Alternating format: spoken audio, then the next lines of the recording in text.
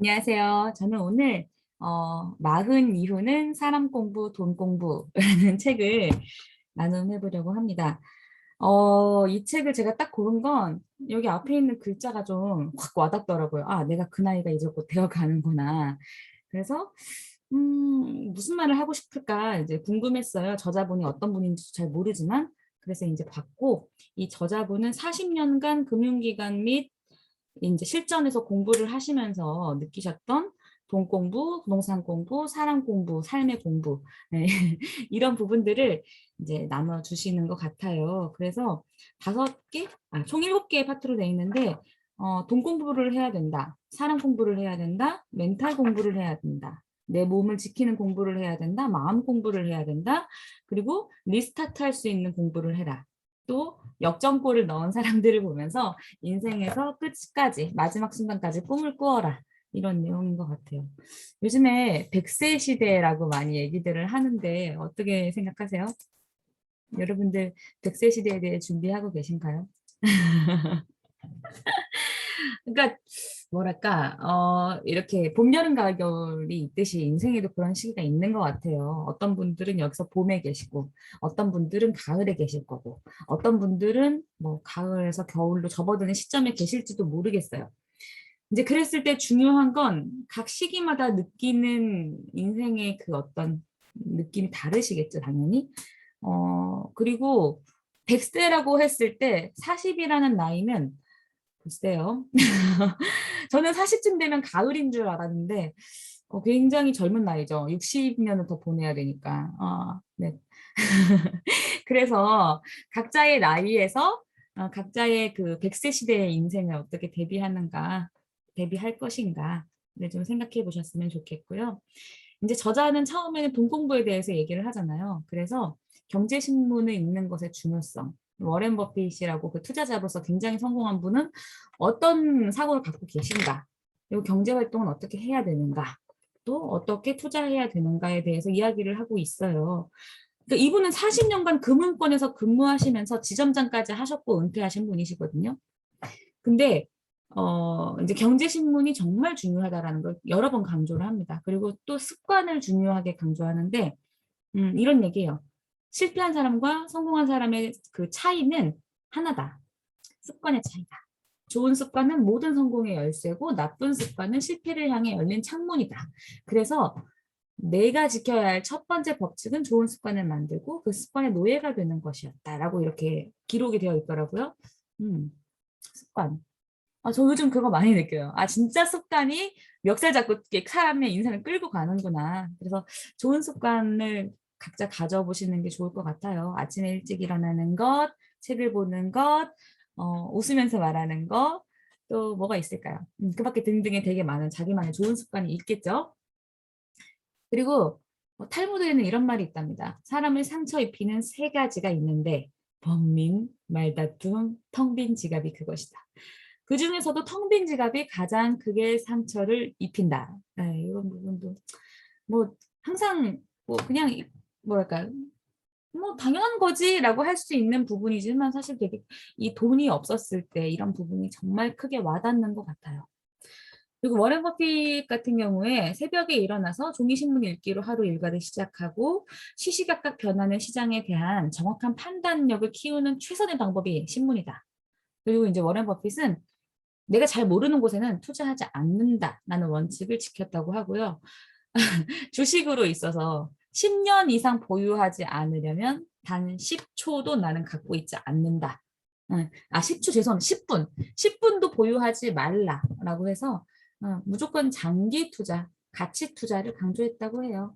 그래서 이 저자분은 가치 투자에 있어서 부동산이 적격이다라고 얘기를 하면서 좀 재밌었어요. 그러니까 금융권에 계셨고 금융 쪽이 더 가까우실 것 같은데 금융권에 계시면서 이제 연금으로 본인의 노후를 대비하시긴 했지만 그건 아주 일부분, 정말 최소로 준비를 하시고 그 이후로는 그게 이제 기본인 거죠. 기본 위에 수익형 부동산으로 어느 정도 본인의 삶을 좀 안정적으로 만드신 것 같더라고요. 그래서 경매도 배우셨고 뭐 여러 가지 뭐 수익형 부동산들, 그래서 소형 아파트와 연립, 다세대 등을 눈여겨보면서 좀 이제 자신의 물건을 가지셨고 그냥 사업자로 되신 거죠. 임대사업자로서 활동을 하시면서 그 소득으로 생활을 하시고 그리고 또 재밌었던 건 그 지분에 대한 얘기를 하셨어요. 대지 지분. 부동산에서 가장 중요한 것은 대지 지분을 볼 수 있는 눈이며 그러니까 수익형 부동산이 매달 나에게 월세 수익을 가져다 주는데 이게 만약에 재건축이나 재개발이 됐을 때 중요한 것은 그 대지 지분이라는 거죠. 그래서 대지 지분이 낮은 그러니까 예를 들면 초고층 아파트나 주상복합 같은 경우는 대지 지분이 낮기 때문에 좀 그런 쪽은 선호하시지 않으셨던 것 같아요. 그래서 그러니까 오래된 저층 아파트 같은 경우는 대지 지분이 건물 면적을 초과해서 또 분담금이 적게 나오고 평형 선택에서 유리한 부분이 있거든요. 그래서 이제 그런 부분까지 강조하시는 걸 보면서 이분이 참 부동산에도 많이 공부를 하셨구나라고 느껴졌습니다. 네, 그래서 이제 은퇴 이후에 예금과 연금과 부동산 소득과 주식 배당과 강의나 컨설팅으로 생활을 하고 계시고 그렇게 준비를 해야 된다라고 얘기를 하고 있고요. 뭐 40년까지 경제 활동을 한다고 했을 때 그 뒤는 사실 60년을 돈을 쓰면서 살아야 되는 거잖아요. 그래서 그런 부분을 아주 구체적으로 준비해야 된다라고 얘기를 하고 있습니다. 또 주택 임대 사업자로서 단기의 시세 차익이 아니라 안정된 수익을 만들어라. 그래서 이제 수익을 만들기 위해서 물건 분석은 어떻게 해야 되냐면 유동인구, 학세권, 물세권, 숲세권 등의 조사를 필수로 하고 부부가 같이 임장을 가고 아내가 좋아하는 부동산을 선택하고 머니트리를 키우고 뭐 이런 부분들을 어떤 돈 공부로서 강조를 하고 있습니다. 그리고 나서 이제 좀 뭐 그 이후에 마음 공부도 있었고 몸 공부도 있었고 하잖아요. 그 부분을 좀 말씀드려 보면은 네. 재테크는 인맥 테크다라고 얘기를 하시더라고요.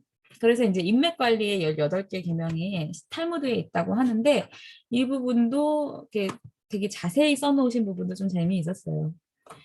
꺼진 불도 다시 보자. 한마디로 내 눈에 형편없어 보이는 사람도 뭐랄까 멸시하지 말고 관심을 기울여라. 그리고 평소에 잘해라. 밥값은 내가 내라. 나보다 나은 사람이 나 밥 사준다고 해서 당연하게 생각하지 말고 내 밥은 내가 사고 남의 밥도 내가 사라. 고맙다고 미안하다고 큰 소리로 말해라. 남이 내 마음을 읽어줄 거라고 생각하지 마라. 남이 내 마음까지 읽을 만큼 한가하지 않다. 남을 도울 땐 확실하게 도와라. 험담하지 마라. 회사 밖에 사람도 사겨라. 불필요한 논쟁하지 마라. 회사 돈 함부로 쓰지 마라. 비판하지 마라. 가능한 옷을 잘 입어라. 조의금 많이 내라. 수입의 1% 이상을 기부해라. 그리고 경비, 청소, 미화원 등 이렇게 뭐랄까 내가 보기에 좀 하찮은 일을 한다라고 하는 사회의 소외계층에게도 정말 잘해라. 그들로부터 모든 것이 시작되고 그들이 내 부모의 모습이다. 이런 이야기도 좀 인상적이었고 얘 친구 잘 챙겨라. 자기 자신을 발견하도록 조용히 사색하는 시간을 가져라. 지금을 즐겨라. 아내와 남편을 사랑해라. 이 부분에서 되게 재밌었던 게 아내와 남편을 사랑해라. 너를 참고 견뎌주는데 얼마나 고마운 사람이냐라고 딱 책에 이렇게 적혀 있었어요. 그래서 보면서 그래, 나를 참고 견뎌주는 나와 함께 굉장히 오랜 시간을 견뎌주는 이 사람이 얼마나 고마운가에 대한 생각도 좀 해보게 되고요. 이제 몸에 대한 몸 공부에 대해서 이제 얘기를 하면서 생각 정리의 중요성, 마인드맵과 초월 명상의 중요성, 복식 호흡의 중요성들을 좀 이야기하고 있습니다. 복식 호흡이 참 좋은 부분이 많다라는 건 알고들 계시잖아요. 뭐 근육을 단련하고 복압이 커지면서 장운동이 활발해지고 소화장애가 개선되고 체온이 향상되고 심폐기능이 활발해지고 혈압은 떨어뜨리고 자율신경을 안정시키고 집중력을 향상시키고 불안장애를 치료한다. 뭐 이런 부분들. 그래서 좀 숨을 깊이 들이마시고 깊이 내쉬는 연습을 충분히 하라. 명상을 꾸준히 해라. 네, 본인도 명상을 굉장히 열심히 하고 계신 것 같아요. 그리고 이제 자존감에 대해서도 이야기를 하고 있습니다. 자존감을 지키고 높이려면 몇 가지, 한 10가지 정도 중요한 부분이 있대요. 그래서 모두에게 칭찬받으려고 하지 말아라. 일이 흘러가는 대로 두고 내 마음대로 내 마음과 똑같지 않은 타인에 대해서 흔들리거나 상처받지 말아라. 모든 일이 나로 인해 발생한다고 착각하지 말아라. 자존감을 높이고 나답게 살도록 노력해라. 실수를 받아들이고 완벽함을 버려라. 비교하지 말아라. 성공만 하는 것도 실패다. 부정적인 말하는 사람들이랑 만나지 마라. 죽음을 위한 준비를 해라. 죽음은 누구나 아무런 예고 없이 불쑥 찾아온다. 되게 흔한 것 같고 당연한 것 같은 이야기인데 여러분들은 이 내용들이 깊이 와 닿으시나요? 저는 다 와닿지만 특히 마지막 죽음은 누구에게나 예고 없이 찾아온다. 그래서 오늘을 잘 사는 것, 오늘에서 내 인생이 정말 중요한 것에 집중하는 것이 중요하다. 이런 부분도 좀 인상적이었어요. 그리고 이제 몸 공부라고 하면서 간헐적 단식에 대해서도 이야기를 하고 있습니다. 저희 남편이 이거 가끔 하더라고요. 이렇게 살이 찌면 한 5일 정도 먹고 싶은 대로 먹거나 혹은 하루에 2끼를 잘 먹고 간헐적 단식을 하는 거예요. 한 끼를 안 먹거나 주말에 안 먹거나.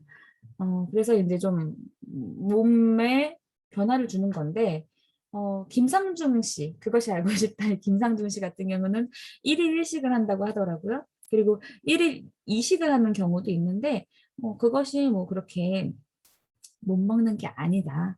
그냥 음식은 적게 먹는 게 제일 좋다. 그래서 이 저자분께서도 적게 먹고 기름진 음식은 특히 좀 피하고 동물을 먹지 않는 생활을 아마 실천하고 계신 것 같아요. 그리고 이제 소식, 다동, 절주 이렇게 해가지고 본인만의 어떤 철학들을 계속 지켜가시는 것 같고요. 다동에 있어서 중요한 것은 보생와사라고 해서 걸면 살고 놓으면 죽는다. 걷기가 재테크다. 음. 몸이 건강해야지 재테크도 하고 몸이 건강해야지 돈이 안 나가니까. 그래서 걷기가 재테크다. 머리를 쓰지 않으면 몸이 고생한다라고 흔히 말하는데 몸을 쓰지 않으면 머리가 고생한다. 몸을 써야 머리가 좋아진다. 왜 아이들은 특히나 더 그렇잖아요. 몸이 움직이게 해야지 뇌 발달도 더 많이 되고. 그래서 걸을 때 행복을 느껴보라. 철학자 칸트의 규칙적인 산책처럼 자신의 삶에서 산책하는 시간을 가져라. 이런 얘기하고 있고요. 그 인생에서 목표를 이렇게 정하는데 목표를 멀리 보고 뭐랄까 이 인생에서 긴 목표 안에서 작은 성취를 계속 가져가는 것에 대한 중요성도 강조를 하고 계세요.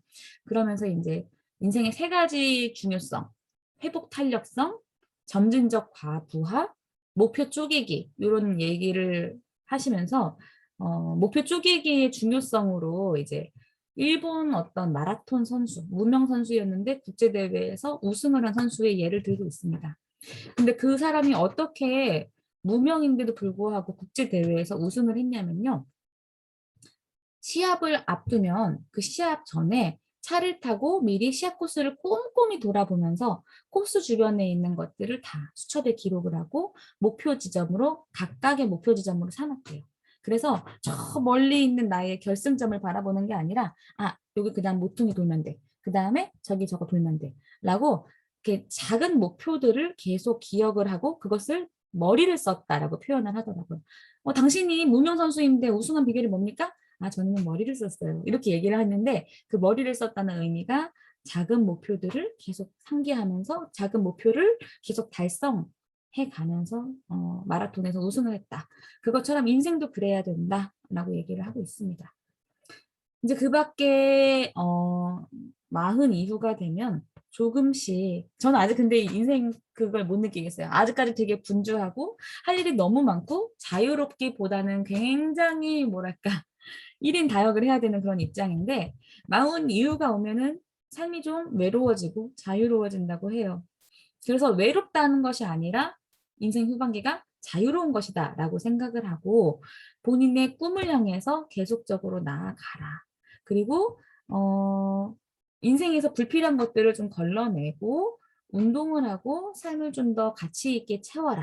그리고 몸과 마음에 있어서 조금 양식이 되는 독서, 운동 부분들을 철저히 자신의 삶으로 실천해라. 이런 부분들도 이야기하고 있고요.